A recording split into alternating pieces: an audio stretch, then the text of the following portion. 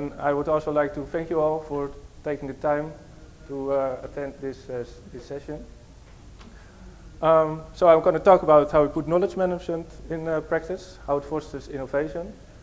And I hope that you can, that this talk will provide you with some ideas that you can take back home, which you can use somehow. And I also hope that you enjoy this talk, because having fun is very important.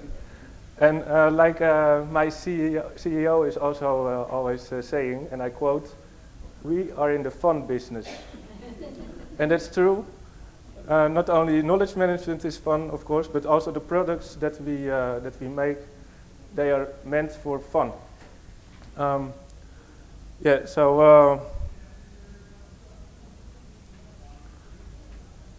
I'm knowledge management specialist at Feadship Shipyards. And we design and build luxury motor yachts. And we design and build fully custom built motor yachts. So that means that we literally start every project with a blank sheet of paper. And from there we pursue the client's dream. I'm going to show you some innovative examples also later. I also want to show you a short brand video of 3 minutes. I hope that's okay. Well, I also take this opportunity to promote my home country a bit. We're from the Netherlands. I'm also from the Netherlands. And here we see a beautiful picture. It was made by Jeffrey Williams when he was in the International Space Station in 2016. He's an American astronaut. And here you see, it's beautiful, the North Sea and the northern part of Europe and the northwestern part of the Netherlands. So here, it's beautiful. This is also a beautiful map.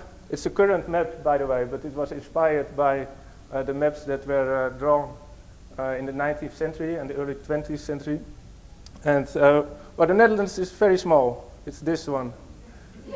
So it's east of United Kingdom, west of Germany, north of France, and here, yeah, here's also Belgium. It's also small, but this is the Netherlands.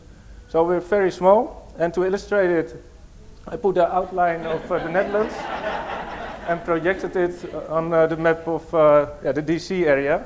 Yeah, and it's not even twice the size of the state of New Jersey, so it's really, really tiny.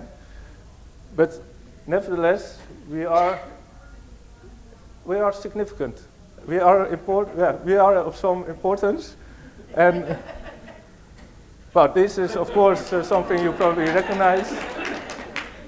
We are famous for our flowers, of course, the windmills and the beautiful scenery. So if you have a chance to visit the Netherlands, I would really recommend it. Donna? I have been many times. Go. It's beautiful. But we're more than this, of course. So we have a very strong economy. We are a leading global knowledge economy. We have relatively stable politics. There's a sound financial policy.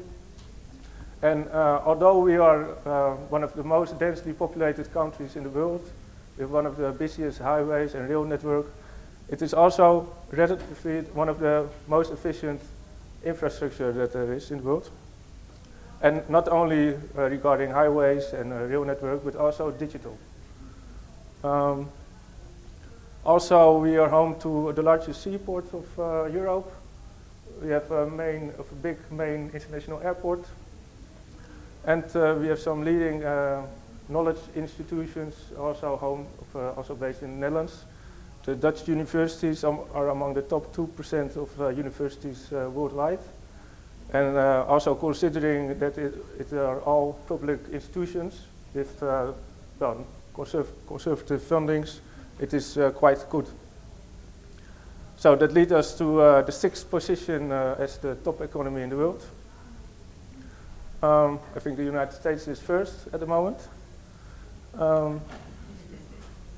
We are also second on the Global Innovation Index, and that index that ranks the world's economies, innovation capabilities and results.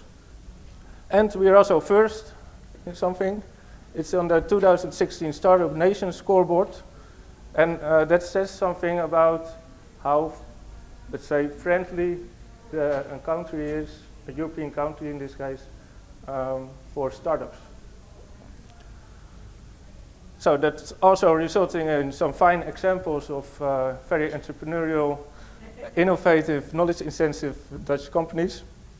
Yeah, some are there for a longer period of time, some are a bit younger. But they all started somewhere, they scaled up, and they became a leader in their field of expertise.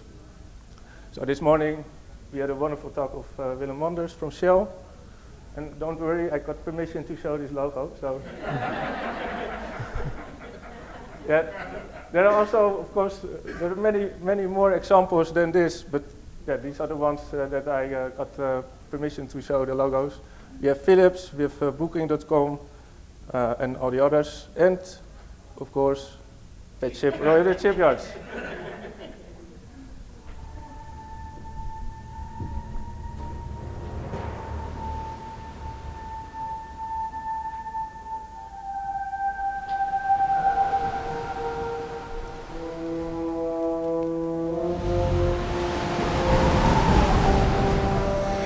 This is Uniquity.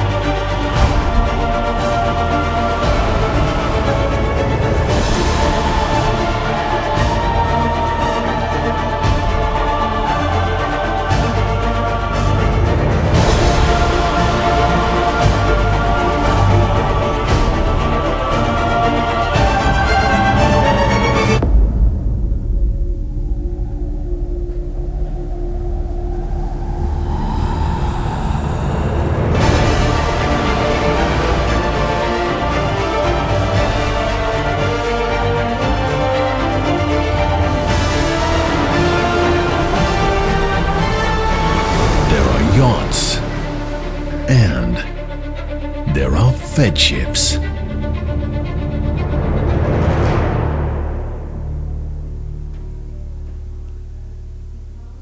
So, I hope you liked it. All right, so I want also to show you some innovative examples. Just to for the fun part. So this is a launch from 2015. It's the world's first hybrid motor yacht, and here you see the very innovative propulsion system. It realizes a fuel efficiency of 30%, so that's quite a lot. And I don't know if you also notice this window, which is partly on the water. So I give you some preview of how that looks like on the inside. This is a real photo, by the way. So you can imagine how innovative and knowledge intensive this was to build. Oh. Can I?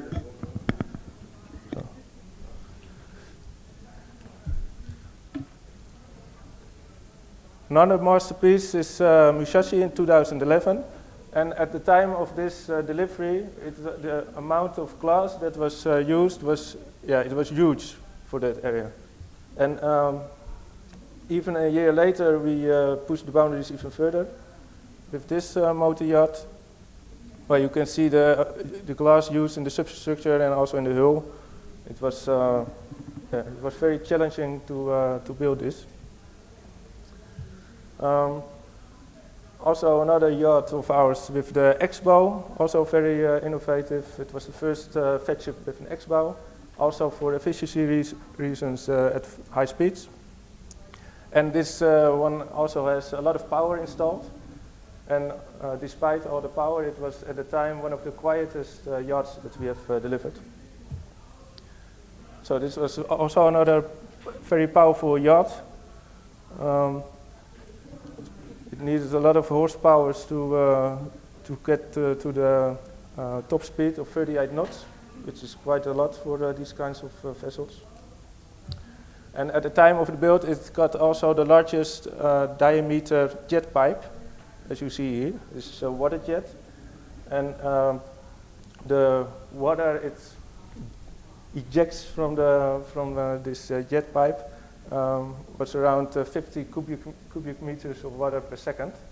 And to compare, that is roughly 3 times the volume flow of water into the River Rhine as it enters the Netherlands. So it's quite a lot.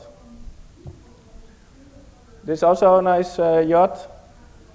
I sound like a salesman, but I'm not selling any one of these to you. Because probably I'm at the wrong conference for that. But this is also a nice story because it has a very innovative painting technology. It was matte black, and the client, the owner of the yacht, he wasn't really convinced that it would work.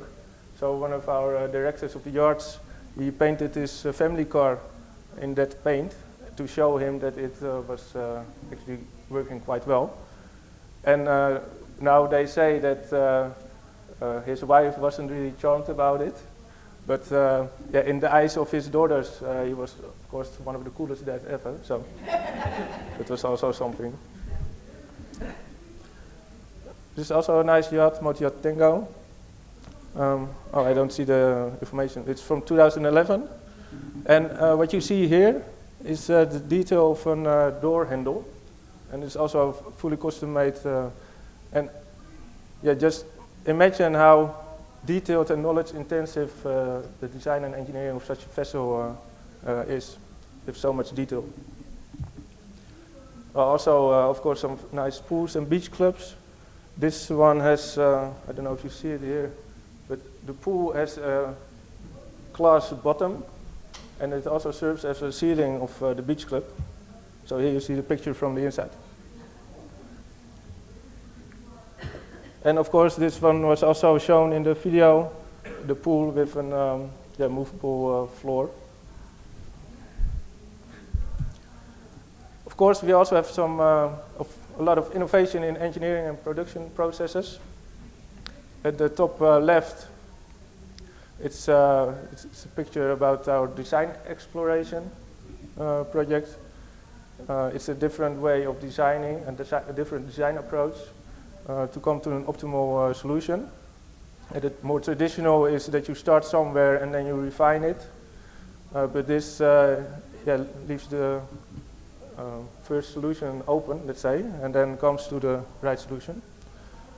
Another thing, innovation, is concurrent design that we use. It's a methodology that we have adopted from the European Space Agency, and they also helped us to implement it at our office.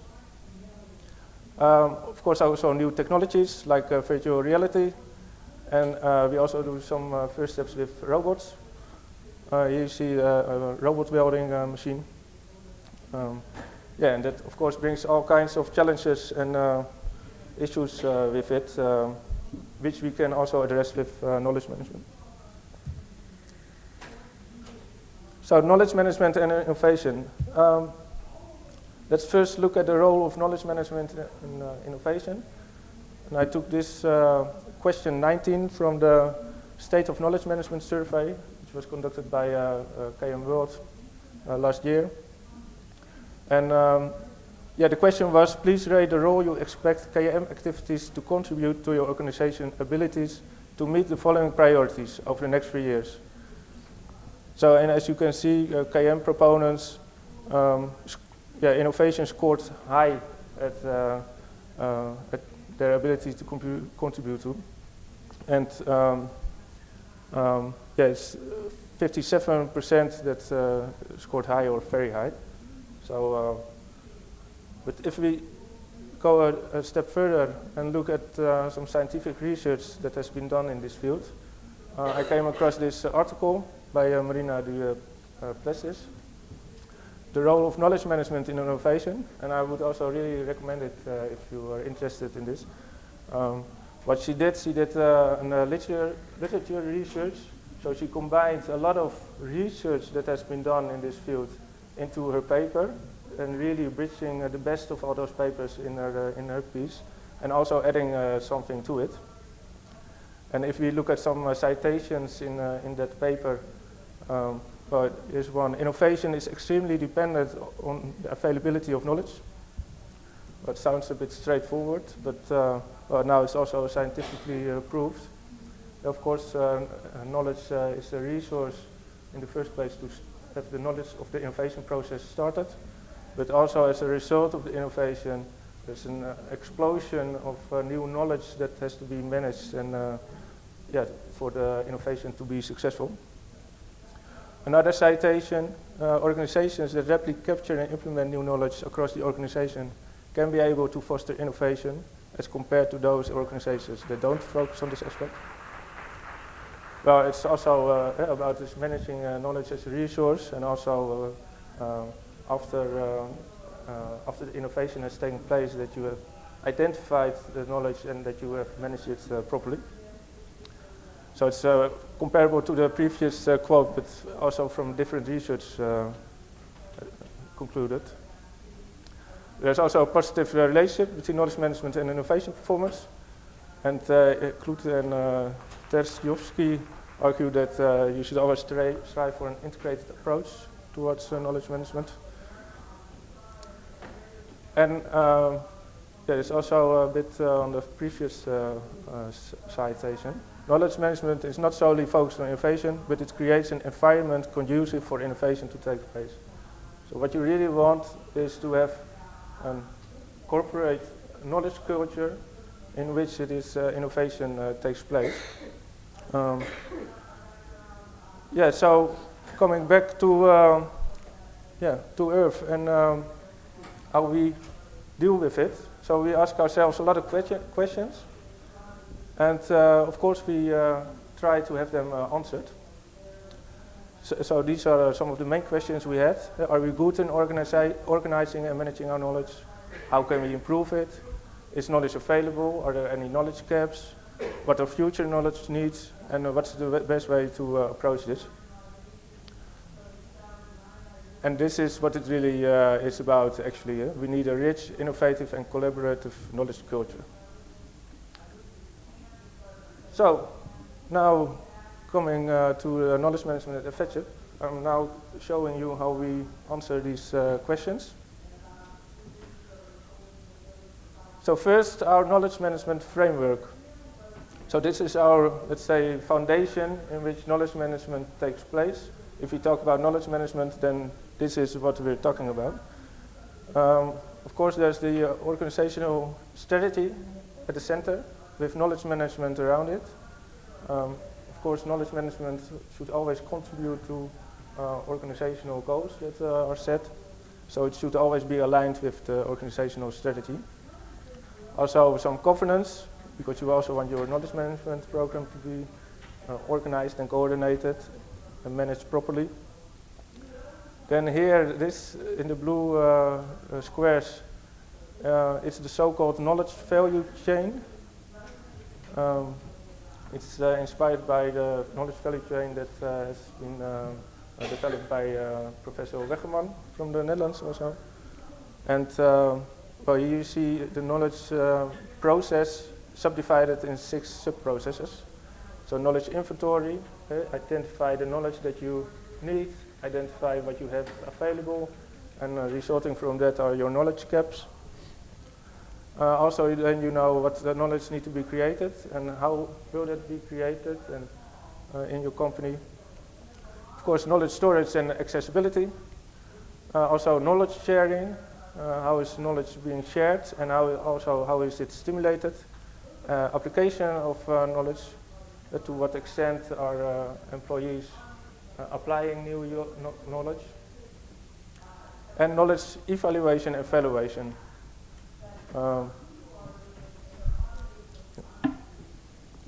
What you see around here is the three pillars actually which you should focus on when you are, well, at least that's what we do. When we're trying to improve these knowledge processes. So the infrastructure, that means that you need a good tool or a good method. The process, that it is aligned with your organizational processes. And that is not something new that you do on the side, but it really needs to be streamlined with what you are already be doing. And very important, the people aspect. So make sure that you involve the right people, get them committed, translate the needs that they have properly into a tool or a process. Also some leadership and coaching, training, etc. So then the question, is knowledge available? Are there any knowledge gaps? So what we have is a colleague of mine who is a bit into programming. He wrote an app. It's not a very fancy app, but it's very functional, so it does its job very well. Yeah, I had a demo, but I made some screenshots, so it's not really a demo anymore. I just wanted to reduce the risk that it didn't work. So what you see here, yeah, it's in Dutch, so I explain it. Here you can make a team composition. So every engineering discipline can make a team composition out of it. You put the name and last name from a person, you put his function, his team role in it, and then you have a complete team composition. Let me see what is next. Oh yeah, then you can make a knowledge map. And how we do it is, here you see the team composition. Here you can select an engineering discipline. You can also select a year. And then for every team member, you score them on every knowledge domain. These are all knowledge domains that belong to this engineering discipline. So you can, this is the scoring table. You can have the scoring 1 to 5, and 1 is like a beginner, and 5 is the almighty expert, and everything in between. Oh. And then you score everyone, and you save it, and then then you have your scoring database. Then you can extract the knowledge graph out of it. This is from one person individual. These are our knowledge domains, and here you see the scoring over the years. And also there's a benchmark in it. So you can, as a team leader, you can say, this is what I minimal want in my team, and then you can compare it in this graph. Of course, you can also do it on a department of team level. These are the knowledge domains. And here you see the average scoring on a particular knowledge domain per function. And now we even improved it a bit, so we also see now, which is not shown on this picture, which minimum and maximum knowledge score there was. And yeah, so it gives a bit more information. And what we also add was this graph, which is showing how many people score a particular score.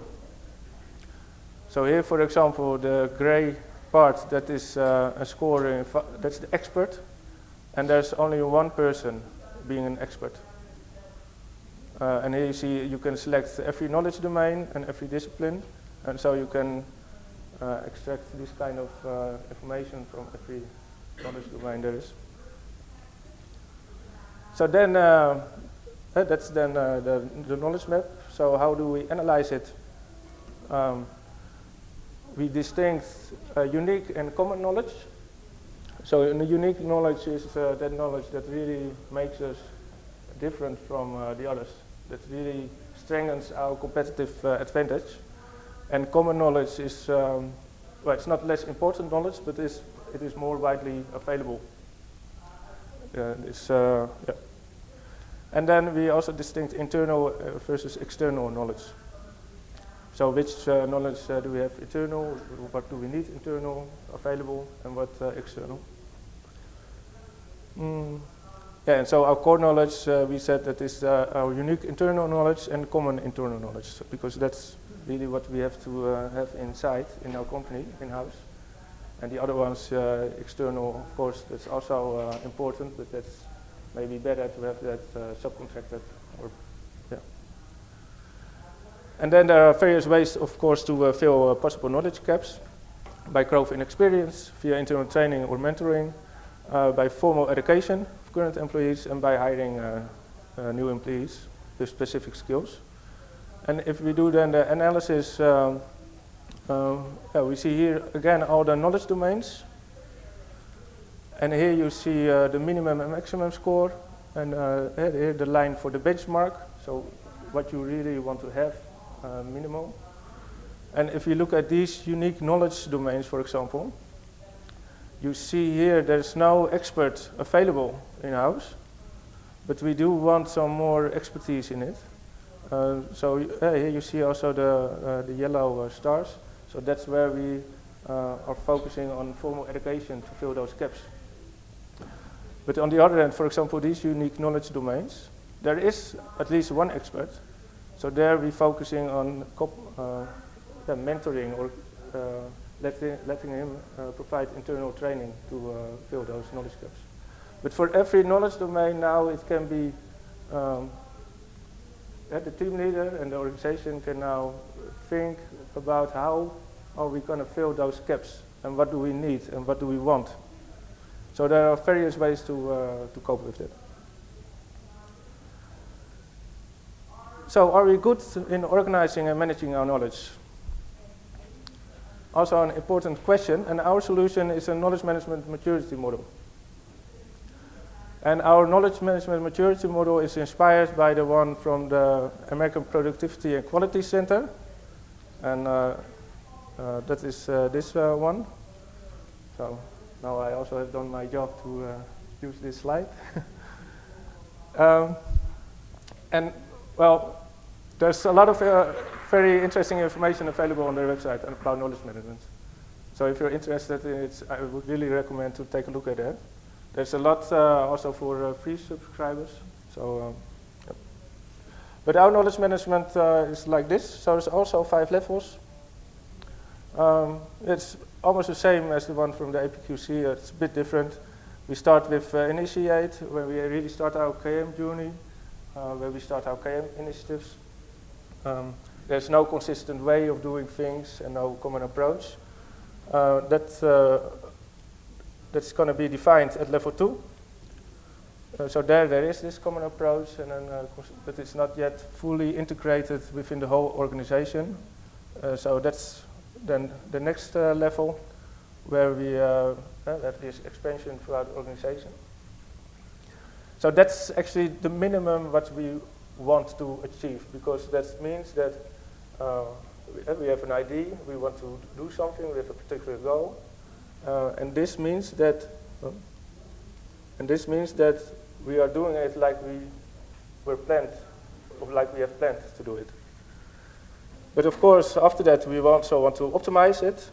We want to have some indicators and measuring methods to measure the effect and see how we can make some improvements. So it's learning from the past. I call it the learning organization.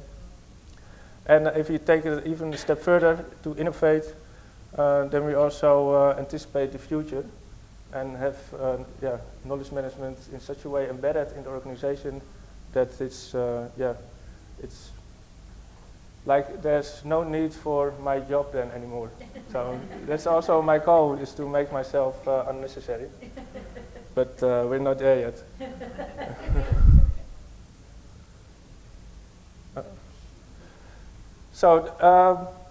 And then I talked to the team leaders and other key stakeholders about this maturity model, and they explained it, and they recognized the goal, and they also thought it was really a good thing to start, but it was too abstract for them. So I had to make it more concrete. So what I did was, and this is in Dutch, by the way, and but you don't have to read it. It's about the point I want to make. I combined the maturity levels with the knowledge processes that we saw in the framework, and I made here a description what the team leader, or what we see when we are at a particular level, maturity level. So for example, this one is about creating new knowledge. If we are at level 1, initiate, then new knowledge will be developed when there's a need. So it's reactive, it's ad hoc, and And if you go to integrate, we already see that there are no knowledge gaps, at least which we are unaware of, or there is a plan to have these knowledge gaps filled. So in this way, we have described all these cross sections.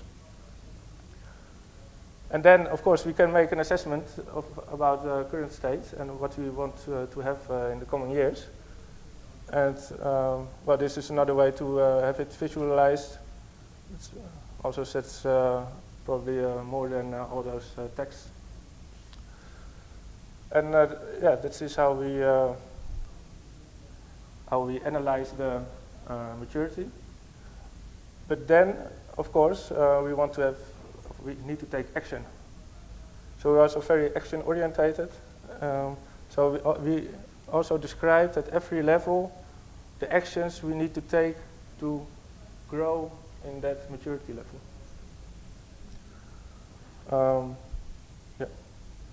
So maybe we can discuss it after this presentation in more detail if you like it. I don't know if that's probably better for the time. So now that we know the maturity level of our organization, how can we improve it? So there we have the knowledge management tree of life. And here you see all kinds of examples which we implement and which we organize and do to become better in the way we manage our knowledge. We have mentoring, we have a repository, knowledge mapping, best practices, lessons learned system, coffee break lectures, all these kinds of activities. But the point really is that we're trying to make a knowledge culture, and the awareness of being a knowledge-intensive company. That's what we really want to achieve also with this.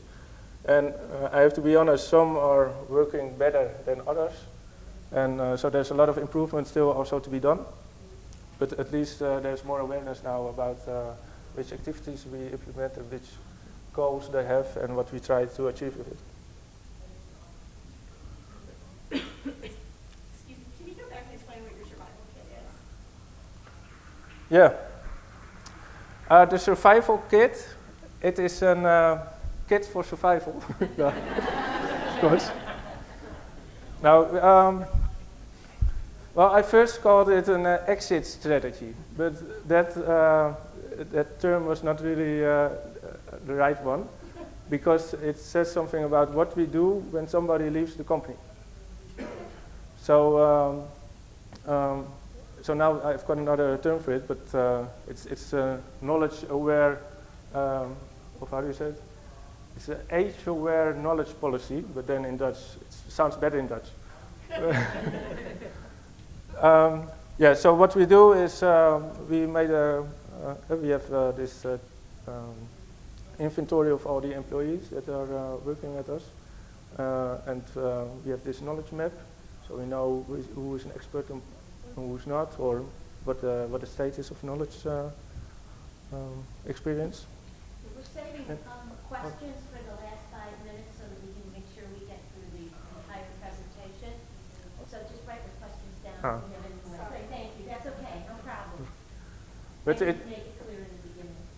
but we have found a short explanation. We found a strategy to cope with if somebody leaves the company, then we know what to do. So if somebody says, well, oh, I'm leaving the company for another job, so next month I'm not here anymore, then we have a survival kit, and then we can do this to capture and retain as much knowledge as possible. Okay, thanks. Yeah. Bye. Fine? Okay. So what are future knowledge needs? It's also an important question. Well, the best way to predict the future is to create the future. And that's also what we do. So I organized an internal Feadship innovation symposium where around 100 of people combined and discussed various topics. For example, related to alternative production methods, about revolutionary innovation, about augmented reality, additive manufacturing, well, so on. Sustainability is a very important topic. And from there we drafted a Feadship innovation strategy. So then we know, of course, what the strategy is and how the future looks like, and we know how to deal with it. And then I also come to the next slide, how to approach this in an integrated manner. Well, and therefore we have developed this cycle. So with this master plan, it's the organizational strategy and innovation strategy. Then we know how the future of where we are heading. We have the inventory, the maturity assessment, and the knowledge mapping. So we know the current status. Then we also have identified what actions we need to take, and those are being documented in team planning and department plans, which is which is being drafted yearly. Well, to get it done, of course, the knowledge workers are key there. Those are the most critical of the most important assets that we have as being a knowledge-intensive organization. And we use an HR tool, the individual performance management, to facilitate that. So this goal-setting interview in the beginning of the year, where the goals of the individual are aligned with the department. There's a progress interview and an appraisal interview to see if the goals were met, and if not, why not? And so this is also a yearly cycle. And of course, from there we can improve our knowledge management practices, and we can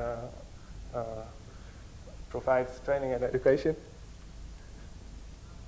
And this is a cycle. So this is continuously being addressed over the year. Well, hopefully the strategy has some more years for it. Otherwise, probably it was not a good strategy. But so this is how we make it a continuous cycle. So what we need is strong leadership. It's essential actually to have this started in the first place. So there must be a clear vision from the leaders in our company. Also, senior management commitment is essential. And what I always do is when I'm working with them on knowledge management, I always ask them explicitly to express their commitment to it.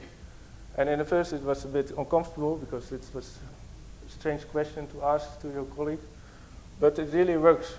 And if you are open and sincere also about it, and you have a good discussion, then then it really works. Because they are obliged to think about if they really want it or not.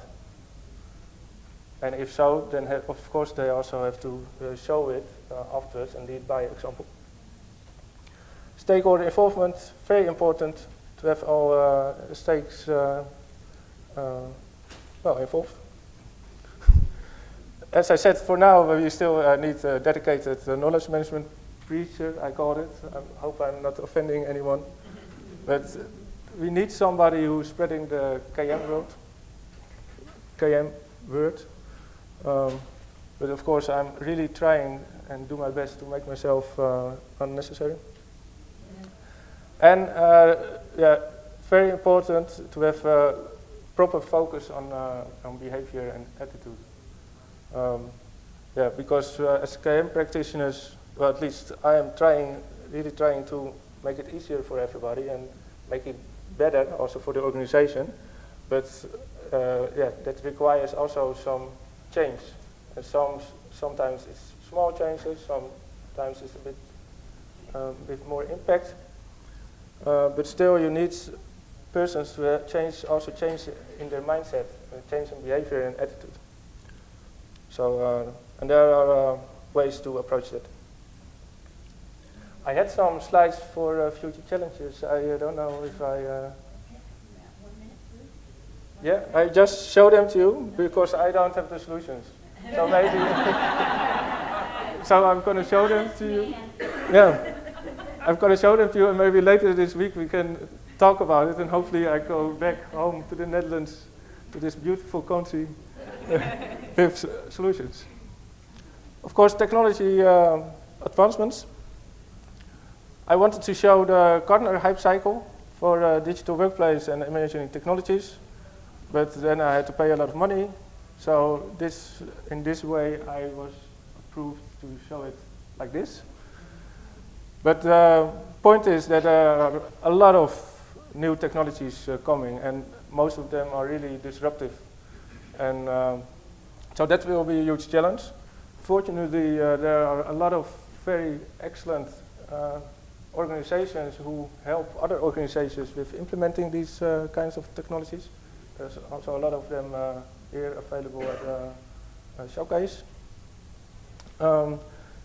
So that's not even the main issue. The main issue is that there are these mixed generations. I have a colleague, and that's not him on this picture, but this was available. But I have a colleague, when he started his career at our company, he was drawing on drawing boards with the hand, with pencil. And then on a day, we moved to computer drawing, and then also later we had some 3D modeling instead of 2D modeling. And now we're also doing things with VR goggles. That's me. And of course, in the future, it will be even more different than how it is now. And also, the people are different than now. Because now I'm lucky to be the one who knows what life is without a mobile phone. But I'm also lucky enough to be the one that can deal with it a bit. But later we have people who don't know any different than this digital-minded and technology-minded, yeah, how that works. And so it's interesting to see how collaboration and knowledge sharing and stuff like that will work between these mixed generations. And there's also this trend, the gig economy. This is a quote from Richard van Hooijdonk, and that's also very interesting. He has a whole team behind him that is researching trends and how that influences the future. So he's predicting the future, and he's got a lot of very interesting e-books and articles on his website, also in English. It's free, so yeah, I would really recommend also if you like it. But the gig economy, and that's something that's coming fast and soon. We also see it in our company that there are more and more independent individuals that are specialized in a particular knowledge domain, who are getting hired by us to do a particular job. And probably in the near future, you also have special task forces that are being hired for a specific task. But what does that mean for knowledge management if you just buying all the knowledge that you need and the experiences? And how does that influence your competitive advantage as an organization if you're a knowledge-intensive organization? So there's also a big challenge there. So, yeah, I would really Perfect. I would like to talk more, so there we can connect also.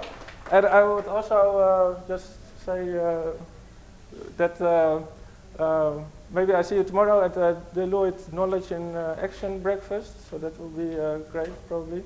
And also Friday, I'm not sure if people are still here, but Friday there's a wonderful event by the International Finance Corporation. It's at the World Bank group nearby. It's a free event, Knowledge on a Mission. Yeah, so just Google it, and maybe that's also of interest to participate in and to attend. So we're at the end of time, unfortunately, for this session, because Jasper, it was really interesting, and it was great to hear about you can make a beautiful product and have it be based on knowledge and knowledge management and sharing. And so I think I speak for everybody to say we really enjoyed this presentation. We have a 45-minute break, so we didn't have time for questions, but would you mind staying up here for a while during the break time?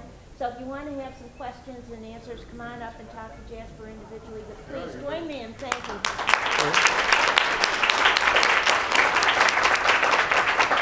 And if I ever win the lottery, I'll get it.